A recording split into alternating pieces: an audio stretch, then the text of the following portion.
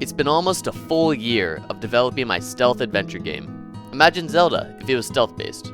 Your goal is to explore the massive labyrinth you got stuck in any way you want. Kinda like in Breath of the Wild, you're able to fight the divine beasts in any order you choose. You're able to explore the worlds of Mr. Cloak in the order you decide. Since the last devlog, I've completely revamped the game, and today I'll show you the work I've done in the last 4 months, with adding puzzle mechanics, an overworld, power-ups, chests and coins, and more importantly, a shop with some cool lore, and also lore for the entire game. Overhauled art, save mechanics with digging holes, and an intro cutscene with a ton of art I drew. So sit back, relax, and let's dive into the world of Mr. Cloak. The core mechanics of dodging all different kinds of light in Mr. Cloak are solid, but being mildly inspired by Zelda, it felt fitting to add in some puzzle mechanics to change the pace of gameplay from time to time. So I started with the puzzle classic, the box. You might be thinking, "That's just a stupid boulder!" It's not just a boulder! It's a rock! Not only did I make fun little animations for Mr. Cloak pushing and pulling the box, but you can use them to block light, open doors, turn off torches and campfires, and so much more. More and more lately, I've started to think how game development is like the classic kids book, you give a mouse a cookie. You know, the mouse gets a cookie, and then he wants milk with his cookie, and blah blah blah. Well, you give players a box, and they'll want to push that box. And they'll want to push that box onto buttons, and then they'll want the button to do something, like open doors or turn off lights. And you can see how the work of this very quickly piled up for me. But I wanted more than just buttons to make use of these mechanics, so I made a switch that can do all these things too. Boop, boop, boop, boop, boop. The puzzle mechanics were making some really fun levels, but the levels needed more in them. So what better way to fill them up with fun than with coins? Looting is a classic way to fill your game's levels, and I could put these coins in fun places to make for mini challenges for the players within levels. I wanted 3 different kinds of coins: bronze, silver, and gold, and small and large amounts of them. And I wanted to add in chests too, but I also wanted to signify to players the value of the chest before they risked it to open it. So I made 3 different kinds of chests, and their sideways views. You can see how this mouse and cookie story was going through my head a lot. And because you give the players coins, they'll want a place to spend them. And what better place than a shop?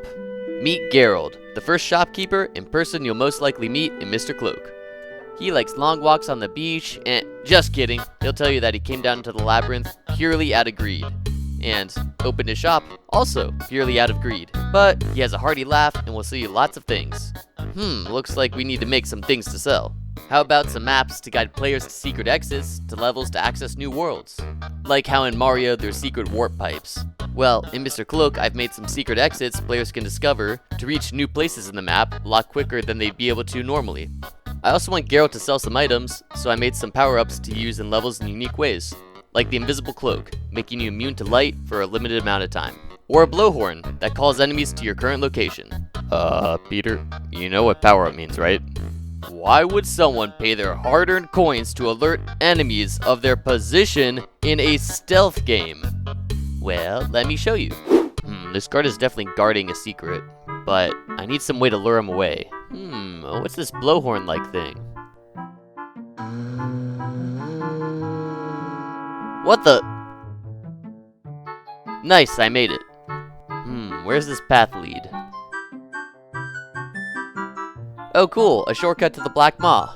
Nice. I also wanted Geralt to sell 2 hidden items, and I accidentally made him into Morpheus from the Matrix. You see, there's a main exit door in his shop, but there's also a red and blue door that are locked, and they aren't mentioned. But if you look closely, you can click on Geralt's hands.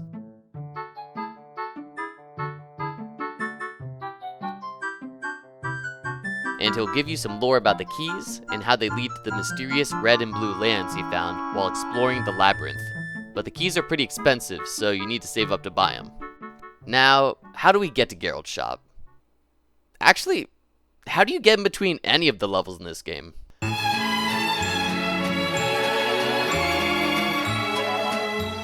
I wanted Mr. Cloak's Overworld to loosely resemble the classic Mario Overworld style. However, the assets are all lower detailed versions of the in-game assets. So I would have to draw a smaller version of tons and tons of assets to fit them into the overworld. But I'm not afraid of hard work, so here it is. So far, I have the starting world of Dravaneth Depths, the Black Maw, and Murkwell Basin designed, with a cute little Mr. Cloak who can run around, and smaller versions of lights that light up when you unlock a path to a new level to explore. Each level has multiple exits though, so some levels will have 2 up to 4 different paths branching from them. And the levels will be different colors if you've discovered 0, some, or all of the exits. And a small figurine will pop up on a totem next to the level when you've 100%ed it. But some of these levels are pretty hard, so we need a checkpoint system so players don't have to restart from the beginning of the level every single time. So I present my masterpiece, the Shovel Hole Duo. All you gotta do is find a shovel in a level, find a hole marker, X marks a spot, and start digging. Digging the hole saves your progress, and it allows you to travel between other holes you dig, and sometimes you'll find a hole which will lead to secret areas in the level. I was really happy with the digging and jumping in and out of hole animations I made, and thought this was cool because it combines the checkpoint mechanic with the transportation system, and you can also use the holes to escape enemies. Now we just need to program the saving system. This should be easy. For example, we just need to save the coin amount, but if a player exits a level after getting a checkpoint but doesn't complete it, we need to reset the coins to the previous level. It was very hard to code. There turned out to be a ton of different mechanics I needed to implement saving for, and a lot of edge cases I needed to cover, so players couldn't easily break the game with money exploits, or the game wouldn't break for them, and the coding logic was a lot more complex than I expected. That's why today's video is sponsored by Brilliant. Brilliant helps you become a better thinker and problem solver, with thousands of visual interactive lessons in math, science, programming, data analysis, and of course, AI. One of the things I love about Brilliant is that it helps build your critical thinking skills through problem solving, not memorization. So while you're building real-world knowledge on specific topics, you're also becoming a better thinker. And Brilliant makes it easy to develop these powerful daily learning habits. Learning to beat each day is one of the most important things you can do for both your personal and professional growth. And Brilliant keeps you on track to reach your learning goals one day at a time. Brilliant's growing collection of programming courses is a great way to build timeless problem-solving skills to thrive in the evolving world of programming. From learning Python to developing an intuition for computer programming, you'll get hands-on experience with real programs and you'll learn how to think like a programmer. To learn for free on Brilliant, go to brilliant.org/Pete's. Scan the QR code on screen or click the link in the description. Make sure to use my code to get 20% off an annual premium subscription, which gives you unlimited daily access to everything Brilliant has to offer. So go check it out.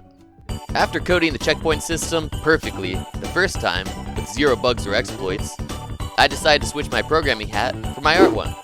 I realized the levels of my game looked a bit empty. So here's an HDTV before and after remodeling of the levels cut.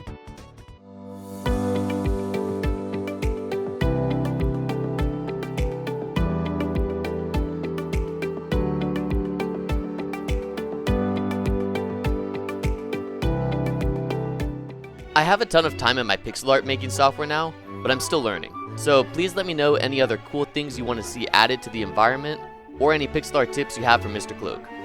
The extra art assets help make the world feel so much more full, and allow me to do some environmental storytelling. Speaking of storytelling, I kept my artist hat on and designed the intro cutscene, where, in the town of Dravaneth, Mr. Cloak hears legends of a labyrinth underneath his town. He decides he wants to be the first one to prove it actually exists, and map it out to show the townspeople. So, he takes his trusty shovel, and digs down, and down, and down. I was really proud of the images I made for this cutscene, and the look was inspired by Undertale, because I love the vibe of the intro cutscene in it. I've also written a ton of lore for the world of Mr. Cloak, but unlike most of the game where I sit down and create a part all at once, I've written the lore for the game and sketched most of the levels solely when I'm on trips and don't have access to my computer. For example, the entirety of the lore for Geralds and his shop was written on a plane on the way to Scotland when I was taking a trip with my family. And I also sketched out 2 puzzle levels then. And the levels and lore for the start of the game, as well as the overworld, were created on 2 smaller trips to visit friends. Of course, I revise these levels when I'm back at my desk, but I'm always thinking about how to make Mr. Cloak the best it can possibly be. I'm going to release a free demo for Mr. Cloak in February as part of Steam Next Fest. So wishlist the game on Steam to get notified when I release the demo. And I'll also be doing playtests of the game before then, so join my Discord if you want to be part of the playtests and give me any ideas you have for the game. Alright, I need to get back to work on Mr. Cloak, but make sure to give the video a like and subscribe to keep following along with my progress on Mr. Cloak. See y'all.